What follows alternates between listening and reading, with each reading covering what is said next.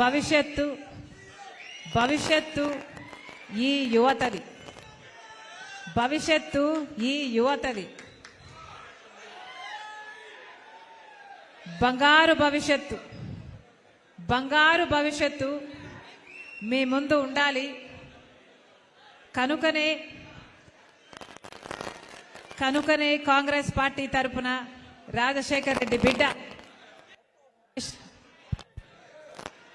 ఆంధ్రప్రదేశ్ రాజకీయాల్లో అడుగుపెట్టింది. కేవలం మీకోసమే.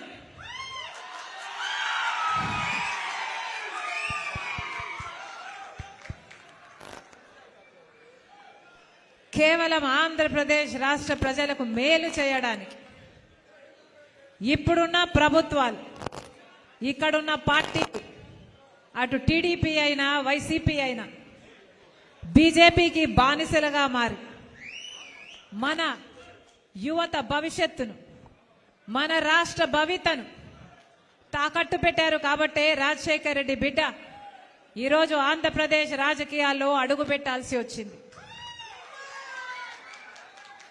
తెలంగాణ నాకు మెట్టినిల్లు అయితే ఆంధ్రప్రదేశ్ నా పుట్టినిల్లు.